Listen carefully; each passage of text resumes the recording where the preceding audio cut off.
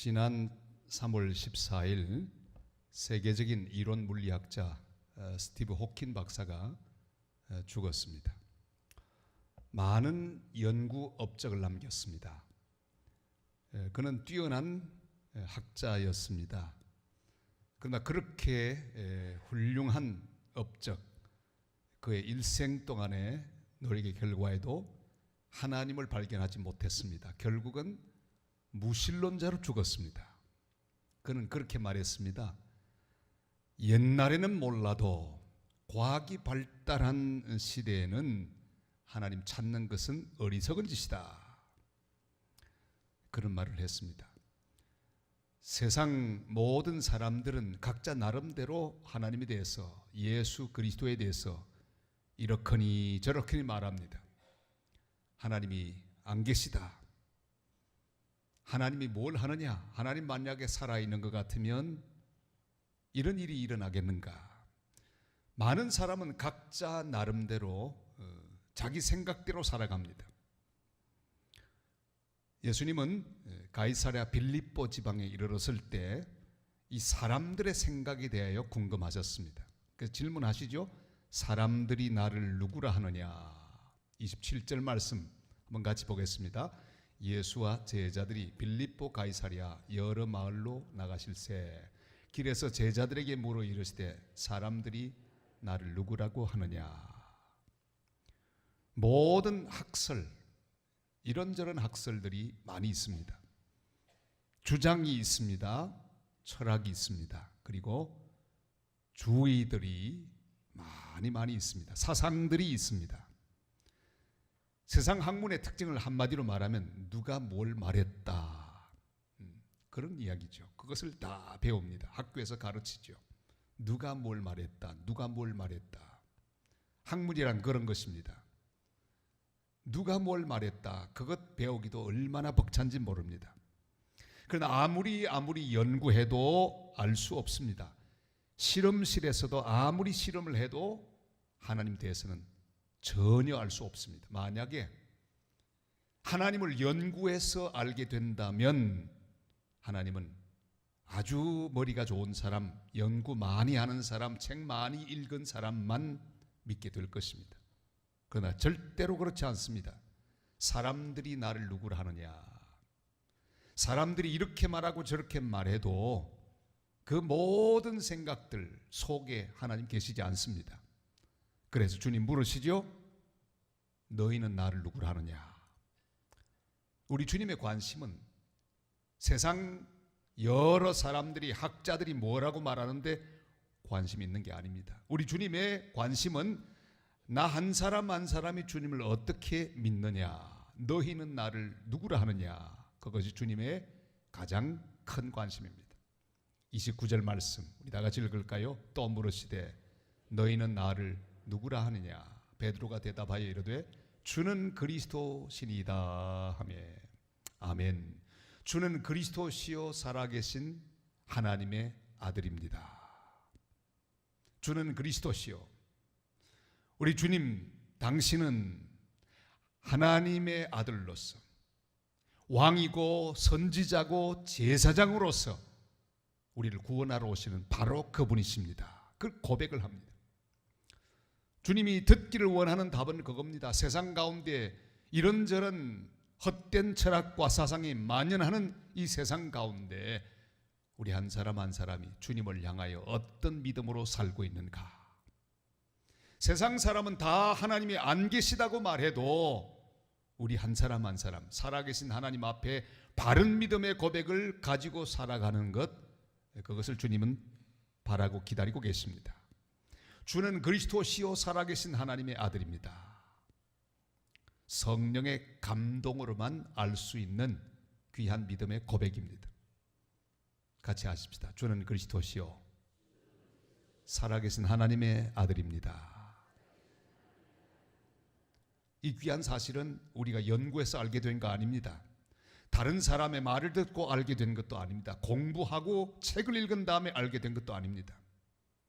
하나님의 은혜로 말미암아, 계시로 말미암아 어느 날 번개처럼 내 마음속에 믿어지기 시작하기에 이 귀한 사실을 믿게 된 줄로 믿습니다.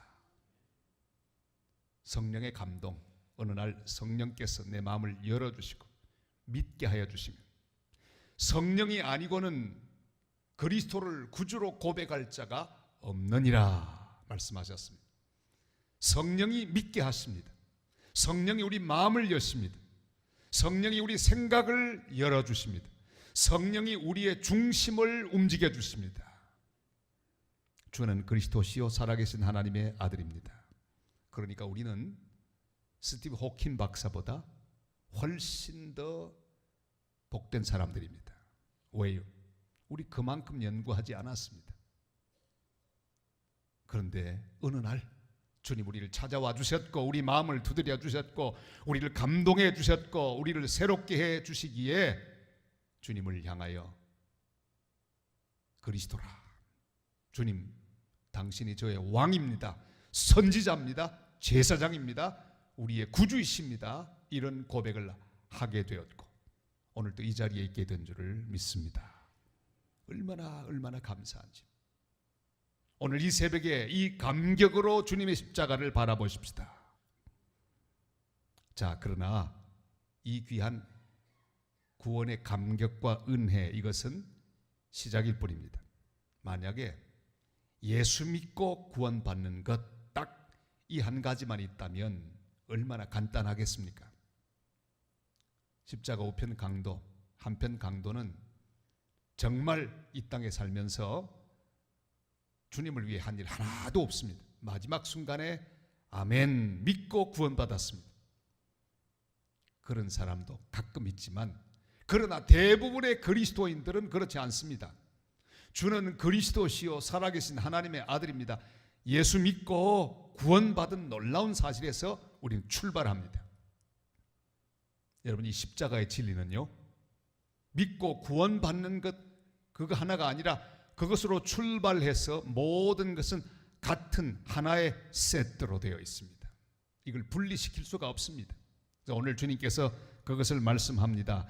너희는 나를 누구라 하느냐? 주는 그리스도시요 살아계신 하나님의 아들입니다. 고백한 이 믿음으로 출발하고 그것과 함께 준비된 모든 것이 있습니다.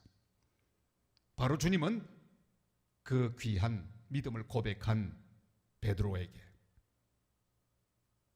고난과 부활을 말씀하고 있습니다. 여러분, 고난과 부활, 이것은 우리가 믿음으로 출발하고 우리 주님을 향해 달려가는 귀한 성도의 삶 가운데 놀랍게 주어져 있는 다음의 길입니다. 고난과 부활입니다. 우리 31절 말씀 다 같이요.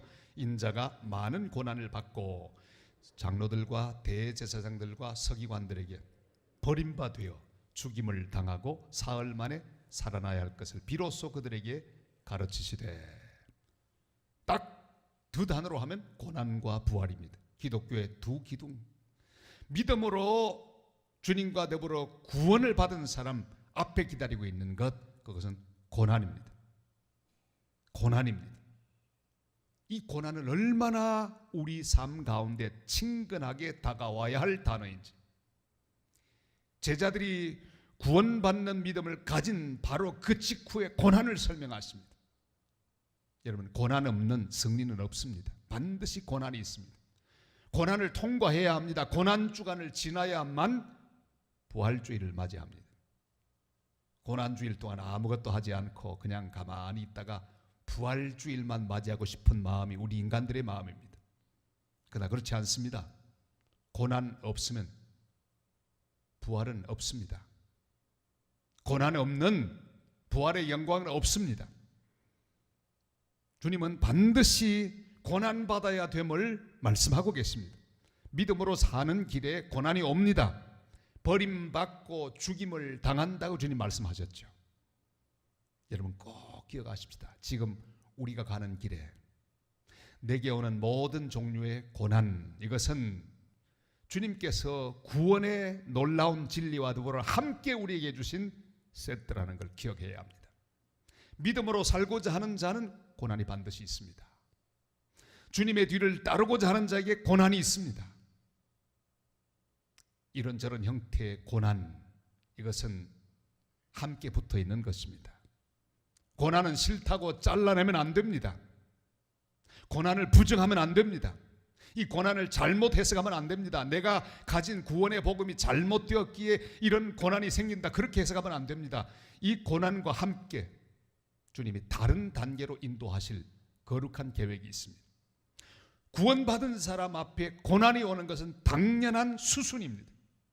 그리고 오늘 이 새벽에 우리 인생 가운데 찾아오는 모든 종류의 고난, 믿음으로 살고자 하는 하나님의 사람에게 찾아오는 모든 종류의 고난, 이것을 당연한 것으로 받아들이고 이런 고난을 하나님 우리에게 말씀하신 그대로 기쁜 가운데 감사하며 이 고난을 감당하는 하나님 사람들이 되시기를 바랍니다. 그러나 더 중요한 것은 고난 뒤에 부활이 있습니다. 승리가 있습니다. 눈물 뒤에 기쁨이 있습니다. 밤이 지나면 아침이 옵니다. 겨울이 지나면 봄이 옵니다. 지난 봄, 지난 겨울 얼마나 추웠습니까? 도무지 오지 않을 것만 같았습니다. 더 어지가면서 보니까 벌써 벚꽃이 다 폈어요. 언제 폈는지 모르겠어요. 할렐루야. 고난과 함께 하나님께서 또 세트로 준비하신 것은 그 다음엔 부활이 있습니다. 여러분, 우리 인생의 모든 고난, 믿음의 고난 뒤에는 부활의 영광이 있습니다. 부활이 기다리고 있습니다. 눈물로 씨를 뿌리는 자에게 기쁨으로 단을 가지고 돌아오는 그런 부활의 영광을 준비해 놓으셨습니다. 우리 주님은 부활을 우리에게 설명해 주셨습니다. 고난과 부활, 이것이 우리 앞에 있는 것인데, 자, 그러면 주님께서 우리에게 요구하시는 오늘의 제목으로 돌아왔습니다. 자기 십자가를 지고 주님과 더불어 함께 이 귀한 여정을 가야 합니다. 34절 말씀 다 같이요. 무리와 제자들을 불러 이르시되 누구든지 나를 따라오려거든 자기를 부인하고 자기 십자가를 지고 나를 따를 것이니라. 아멘. 우리 인생은 여정입니다. 여행입니다. 경쟁이 절대 아니죠. 우리는 경쟁하는 사람 아닙니다. 속도 경쟁하는 사람 아닙니다. 우리는 세상 사람들, 다른 여러 사람들과 함께 돈 많이 벌기 경쟁에 참여한 자들이 아닙니다. 높이 올라가기 경쟁에 참여한 자들이 아닙니다. 빨리 가기 경주를 하는 사람도 아닙니다. 우리는 주님과 함께 여행하는 사람들입니다. 순례자들입니다. 그렇기 때문에 이 세상 사람들과의 경쟁의 관점에서 내 인생을 해석하면 하나도 해석될 게 없습니다. 여러분, 아무리 늦어도 괜찮아요. 주님하고 같이 가면 승리하는 사람. 주님은 시간을 재지 않습니다. 결과를 보지도 않습니다. 제일 중요한 것은 주님과 함께 가는 것입니다. 여행자들입니다. 순례자들입니다. 천천히 가도 됩니다. 때로는 골짜기를 지나가도 됩니다. 때로는 고개를 넘어가도 됩니다. 아무리 어려운 길이라도, 가시밭길을 걸어가더라도 주님과 함께 간다면 이것은 성공적인 여행길입니다. 자기 십자가를 지고 우리의 삶을 살도록 이 여행에 우리를 초대하십니다. 엠마로 가던 제자들, 낙심한 가운데 정말 그들은 엠마오를 향해 힘없는 걸음을 옮기고 있었어요. 그러나 그 힘없는 걸음, 그들은 그 길이 그렇게 영광스러운 길인지 전혀 몰랐습니다. 주님이 옆에 따라오셨어요. 주님과 함께 걸어가고 있었습니다. 그 뒤에 눈이 밝아지고 난 다음에 그걸 깨달았습니다. 아하, 이 길이 복된 길이었구나. 주님이 나와 함께 계신 복된 길이었구나. 동행하는 예수님 발견하게 되죠. 눈이 확 밝아졌습니다. 주님의 말씀을 들을 때 가슴이 뜨거워졌습니다. 주님의 떡을 먹을 때 눈이 확 밝아지고 주님이 함께 계신 것을 분명히 확신할 수 있었습니다. 오늘 이 새벽에 내 곁에 계신 예수 그리스도, 그 주님이 나와 함께 동행하는 사실을 확신하고 영광과 찬양을 돌리는 새벽이 되시기를 바랍니다. 자, 그 여정을 주님은 이렇게 설명하고 우리를 초대하십니다. 그 첫째가 자기를 부인하는 것입니다. 자기를 부인하는 것입니다. 자기 생각과 자기 고집, 내 자신의 만족을 부인하는 것입니다. 내 안위를 부정하고 부인하는 것입니다. 내 주장을 부인하고 내가 좋아하는 것을 부인하고 내 방향을 부인해야 합니다. 내 고집을 꺾어버려야 합니다. 빌립 집사는 예루살렘에서 가사로 가는 길로 가라는 명령을 받았습니다. 성령께서 그렇게 명령했습니다. 사막길로 가라. 아무도 없는 길입니다. 길도 없는 곳입니다. 그런데 예루살렘에서 가사로 가는 길로 가라고 명령하셨어요. 여러분, 주님과 함께 이 귀한 길 가는 사람, 주님이 주시는 방향대로 갑니다. 자기를 부인하고 나를 부인하지 않고는 이 귀한 여행에 우리 절대 동참할 수 없습니다. 부인하지 않고는 내가 달려가는 모든 길은 의미 없는 길이 되고 말 것입니다. 자기를 부인하고 오늘 이 새벽, 이 고난주간 목요일 조의 만찬을 하시고 체포당하시고 십자가를 지시고 겟세마네 동산에서 눈물로 기도하시던 그 모든 과정, 그 여정에 우리를 초대하시는데 그 첫 번째 걸음이 바로 자기를 부인하는 것입니다. 내가 오늘 부인해야 될 자기는 무엇입니까? 내가 주님 앞에 꺾어버리지 못하는 내 자아는 무엇입니까? 내 고집은 무엇입니까? 내가 좋아하는 것은 무엇입니까? 내가 가장 소중하게 여기는 것이 무엇입니까? 부인하라고 말씀하십니다. 주님, 오늘 내 자아를 부인하기 원합니다. 꺾어버릴 것이 무엇인지 깨닫게 하옵소서. 내 생각을 주님 십자가 앞에 내려놓습니다. 내 고집을 내려놓습니다. 나의 모든 좋아하는 것을 내려놓습니다. 하나님, 내 뜻과 하나님 뜻과 앞에서 내 뜻을 꺾어버리고 주님의 뜻을 취하는 하나님의 사람이 되기를 원합니다. 여러분, 오늘 이 목요일은 주님의 겟세마네 기도를 꼭 기억하는 날입니다. 주님은 겟세마네 동산에서 기도하십니다. 그 기도의 핵심이 무엇입니까? 하나님의 뜻, 사람의 뜻 사이에서 자기 뜻을 꺾어버리는 그런 복된 기도예요. 주여, 십자가가 지나가게 하옵소서. 그러나 내 뜻대로 마시고 아버지의 뜻대로 되기를 원하나이다. 예수 그리스도는 우리 앞서 겟세마네 동산에 올라가셨고 우리를 초대하셨고 기도의 본을 보여주십니다. 자기를 부인하는 것이 무엇인지를 보여주고 계십니다. 십자가를 지기 위하여 자기의 뜻을 꺾으시는 내 뜻대로 마시고, 오늘 이 새벽에 그렇게 똑같이 기도하십니다. 주여, 내 뜻대로 마시고 아버지의 원대로 되기를 원하나이다.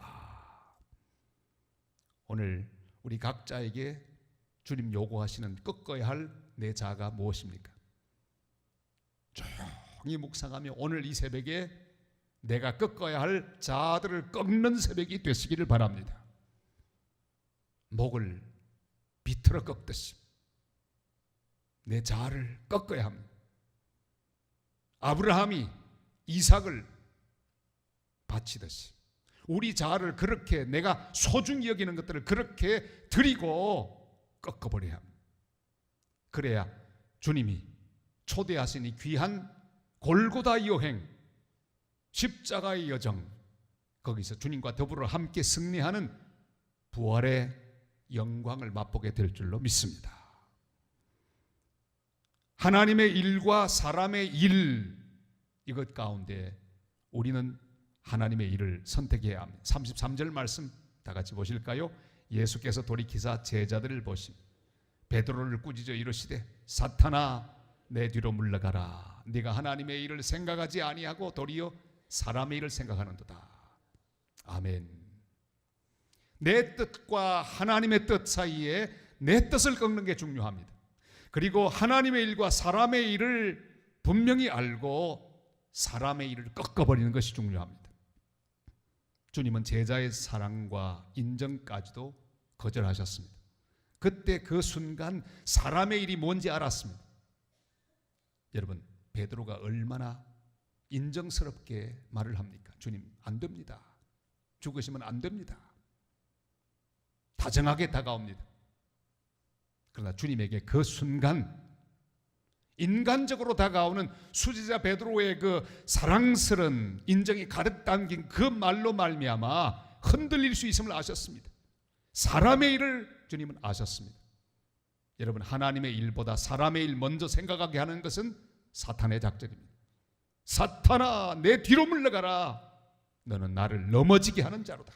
무슨 말씀입니까? 주님 마음이 흔들리고 계셨다고 하는 증거입니다. 그 인정의 말, 사랑이 가득 담긴 말이 이 주님의 마음을 흔들고 있었으면 그대로 보여줍니다.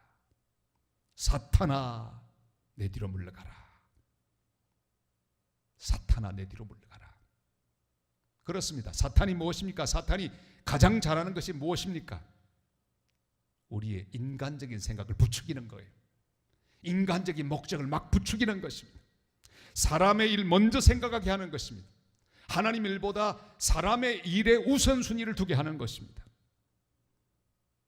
나도 모르게 사람의 일 먼저 생각하면 그것이 사탄의 계획 속에 들어간다는 사실을 기억해야 합니다. 그것이 사탄의 작전 속에 들어간다는 사실을 기억해야 합니다. 자기 부인이 무엇입니까? 자기 부인은 사람의 일, 사람의 생각, 사람의 기쁨을 먼저 생각하지 않는 것, 이게 자기 부인의 정의입니다. 오늘 이 새벽에 내가 부인해야 할 사람의 일은 무엇입니까?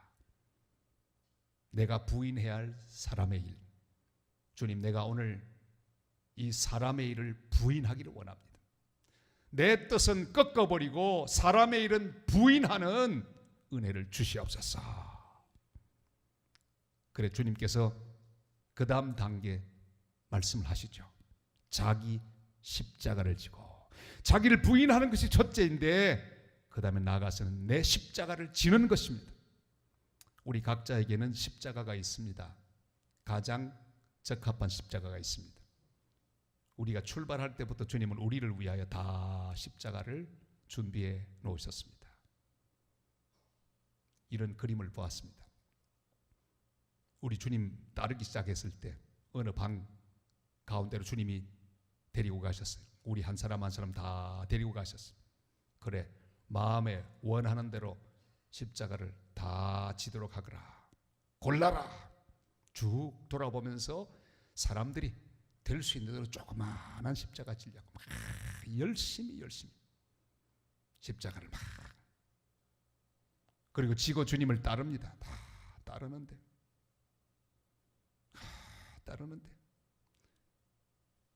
너무너무 무거워요. 그 다음 방에 갔는데 또 한 번 십자가를 바꿀 기회가 왔어요. 서로 그 십자가를 막 벗으면서 좀 더 가벼운 거 지려고 또 지고, 또 한참 갔는데 또 십자가를 바꾸는 장소가 있더래요. 무거워서 바꾸고, 지고 가면 또 무겁고, 가다가 또 바꿔지고, 또 바꾸고 나면 여전히 또 무겁고, 결국 제일 마지막 방에 가서 그들이 깨달은 사실이 있습니다. 그 십자가가 그 십자가였어요. 똑같은 십자가. 여러분, 내가 아무리 벗으려고 해도 내 십자가는 내 십자가예요. 자기 십자가 따로 있습니다. 나만 져야 할 십자가. 그런데 놀라운 것은 모든 사람이 지는 십자가 똑같습니다. 여러분, 부피가 다를 뿐 무게는 똑같습니다. 어떤 사람의 십자가는 크게 보입니다. 그런데 막상 져보면 똑같아요. 어떤 사람은 십자가가 조그만하게 아무것도 없어 보입니다. 저는 이번에 우리 주성중 목사님하고 3일 동안 아주 가까이서 대화 많이 하고 밥도 같이 먹고 유익한 시간이었어요. 저는 그동안 옆에서만 이렇게 봤잖아요.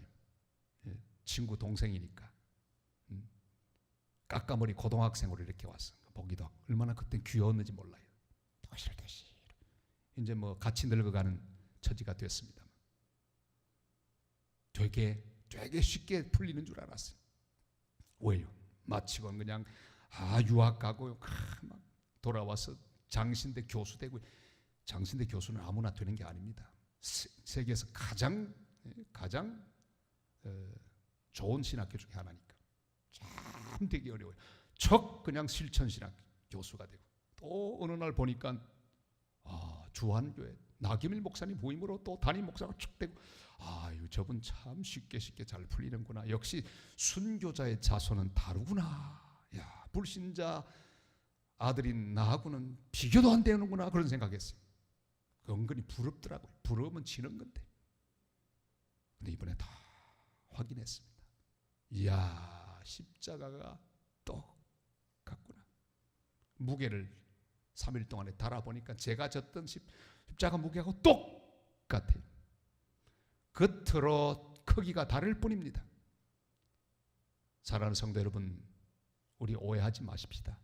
내 십자가 잘못 해석하지 마십시다. 뉘게나 있는 십자가 내게도 있도다. 우리 십자가 있습니다. 가장 적당한 크기와 무게의 십자가가 내게 있습니다. 다른 사람 지고 있는 십자가 보지 마세요. 다른 사람이 말하는 생각도 우리는 비교할 필요가 없습니다. 사람들이 나를 누구로 하느냐, 그게 중요하지 않습니다. 내가 믿는 내 신앙, 이게 중요해. 십자가 지고 가는 신앙, 그게 중요합니다. 다른 사람이 어떻게 지느냐, 그것도 중요하지 않습니다. 오직 주님이 지셨던 그 십자가, 내게 있는 그 십자가, 그걸 져야 합니다. 여러분, 주님은 내 인생에 내가 질 수 있는 십자가를 맞춤으로 만들어 주셨어요. 꼭 안성맞춤인 십자가가 있습니다. 내가 감당할 수 있는 적합한 십자가를 하나님 주셨어요. 그게 자기 십자가입니다. 가장 적당한 십자가. 여러분, 그것을 벗으려고 하지 마시기를 바랍니다. 불평도 하지 마시기를 바랍니다. 하나님, 왜 나에게 이런 십자가를 주셨나이까? 쉬운 것을 지려고 하지 마시기를 바랍니다. 꼭 맞는 십자가가 있습니다. 예수님에게는 갈보리 십자가, 사실은 갈보리 십자가는 예수님만 질 수 있습니다. 다른 사람 못 집니다. 예수님만 지실 수 있어요. 베드로에게는 유대인 전도를 위한 십자가입니다. 유대인이 십자가입니다. 유대인이 그의 십자가예요. 유대인을 복음화하는 그 일 베드로가 맡았습니다. 베드로는 괜히 바다 건너를 기웃거리면 안 됩니다. 베드로는 유대인들에게 복음을 전해야 합니다. 그게 자기 십자가니까요. 바울은 선교 십자가입니다. 유대인들에게 복음을 전하려고 했더니, 그 많은 학식으로 복음을 전하려고 했더니 가는 데마다 유대인들이 돌 던집니다.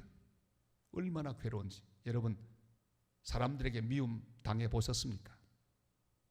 돌 맞아 보셨습니까? 얼마나 괴로워요. 바울이 가는 곳마다 돌이, 그것도 유대인들의 돌이 날아옵니다. 얼마나 괴롭습니까? 그런데 결국 우리는 바울의 일생을 보면 압니다. 유대인 때문에 바울은 선교사가 되지 않았습니까? 만약에 환영하고 박수 쳤더라면 바울은 주저앉았을 거예요. 내가 이제 이방인에게로 가노라, 이런 선언하고 선교사 바울이 되죠. 그러길래 우리에게까지 복음이 전해진 줄을 우리는 믿습니다. 요한에게 마리아 십자가 있습니다. 요한에게 가장 큰 사명은, 주님이 십자가 위에서 부탁하셨지 않습니까? 보소서 아들입니다. 요한아 보아라, 네 어머니다. 예수님 어머니 부탁하셨어요. 요한은 오래도록 예수님의 어머니 마리아를 섬겼습니다. 돌보셨어요. 자기 십자가입니다. 영광스러운 십자가. 어떻게 보면요, 다른 사람에 비해 화려하지 않습니다. 어디 가지도 못해요. 여러분, 어머니 모시는 것 보통 일이 아닙니다. 저는 어머니 모시는 사람 참 존경합니다. 특별히 장모님을 모시는 사람 더 존경합니다. 보통 일이 아니에요. 어디 못 갑니다. 어디 못 가요. 저도 장모님 가까이 계시기 때문에 늘 마음이 거기 가 있어요. 보통 일이 아니에요. 요한은 아무 계획도 할 수가 없었어요. 왜? 마리아 돌봐야 돼. 예수님 명령이니까. 평생 자기 십자가였습니다. 화려하지 못했습니다. 그러나 그건 영광의 십자가였어요. 덕분에 제일 오래 살았잖아요. 제일 장수했습니다. 왜요? 오랫도록 모셔야 됐기 때문에. 사랑하는 여러분, 내게 십자가 있습니다. 주기철 목사님에게는 신사참배 반대라고 하는 십자가가 있었습니다. 끝까지 주셨어요. 영국의 국회의원 월버포스는 노예제 폐지라고 하는 십자가를 졌습니다. 몸이 약하고 여러 가지로 어려움이 많았지만 끝까지 영국 국회에서 활동해서 노예 제도를 완전히 폐지하고 말았어요. 나의 십자가는 무엇입니까? 네게나 있는 십자가 내게도 있도다. 자기 십자가, 오늘 그 십자가 주님 너무 무겁습니다 그렇게 말하지 마시고 주여 잘 질 수 있는 힘을 주시옵소서. 이 십자가를 저를 위해 준비해 주신 것 감사합니다. 때로는 어떤 사람이 나의 십자가예요. 평생 십자가 그 사람이 주여 잘 지게 하옵소서. 때로는 어떤 환경일 수 있습니다. 때로는 내 속에 있는 핸디캡일 수 있어요. 여러분 자기 십자가, 오늘 이 새벽에 자기 십자가를 감사하고 하나님께 맡기며 잘 질 수 있는 힘을 달라고 기도하고 그 십자가를 기쁨으로 지고 주님을 따를 수 있는 하나님의 사람들이 되시기를 바랍니다. 저는 어릴 때 우리 아버지와 함께 산에 갔던 기억이 납니다. 아버지 지게를 이렇게 지고 봄이 되어서 산에 같이 갔어요. 아버지가 산에서 이렇게 나무를 하시고 진달래도 꺾어서 그 나무에 꽂으시고 저는 옆에서 놀았습니다. 짐이 어마어마하게, 지게가 어마어마하게 이렇게 나무로 서 있는데 어린 저는 아버지를 이렇게 지켜보았습니다. 그러더니 야 저거 어떻게 지나 했는데 아버지는 큰 무거운 거를 탁 치고 일어나시면서 처벅처벅 걸어가시는데 그 모습이 얼마나 멋지고 귀하든지, 이야 우리 아버지는 힘이 세구나, 저 무거운 짐을 지고 저렇게 걸어가시는구나, 그런 생각이 납니다. 사랑하는 여러분, 각자에게 주님이 주신 십자가 있습니다. 질 수 있습니다. 여러분 오늘 주님 앞에 지게 해달라고 기도하십시다. 자기 십자가를 지고 아무리 무겁게 보여도 충분히 감당할 수 있습니다. 나의 십자가 무엇입니까? 오늘 주님 앞에 간절히 제발 벗겨달라고 기도하지 마십시오. 아이고 그거 이제 하기 싫은데 하나님 그만 벗겨주십시오, 그렇게 하지 마시길 바랍니다. 주님 내 십자가로 하나님 주신 것 감사합니다. 모든 걸 고려해서 주신 주의 십자가오니 잘 지고 갈 수 있도록 은혜와 능력을 더하여 주시옵소서. 이런 기도를 하는 새벽이 되시기를 바랍니다. 자기 십자가를 지고 더 중요한 건 뭡니까? 나를 따르라 그랬습니다. 나를 따르라. 다 같이 나를 따르라. 여러분 지는 것이 끝이 아닙니다. 그 상태로 앞으로 나가야 합니다. 주님과 더불어 함께 가야 합니다. 주님의 십자가를 구레네 시몬이 졌습니다. 그는 억지로 졌습니다. 그렇지만 우리는 기쁨으로 져야 합니다. 내 십자가를 기쁨으로 지고 주님을 따라가야 합니다. 내가 지고 가다가 넘어지면 주님이 져주실 것입니다.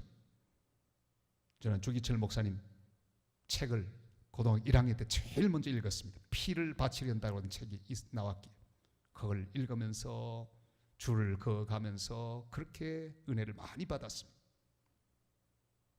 그 모든 말씀 가운데 제게 가장 은혜가 되는 말씀, 내가 십자가 지면 그 십자가가 나를 진다, 그 사실.